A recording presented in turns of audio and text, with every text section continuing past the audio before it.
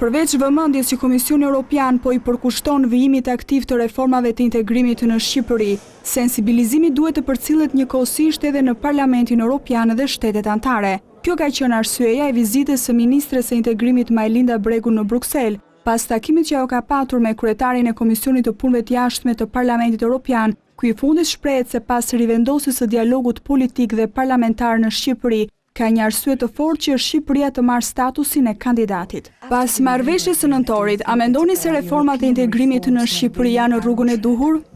No, I think it's an important point that here is. Ka një arritje të rëndësishme që është zgjidhja e dialogut politik dhe parlamentar në Shqipëri.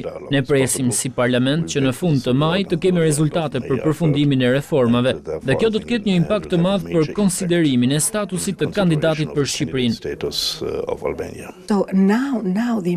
Pra përshtypja për vimin e reformave në Shqipëri ka ndryshuar në Parlamentin Evropian.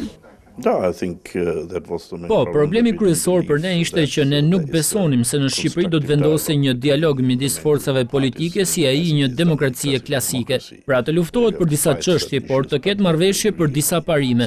Duket që me reformën elektorale dhe atë parlamentare, dialogu po funksionon dhe kjo përbën plotësimin e një kushti për të ecur përpara.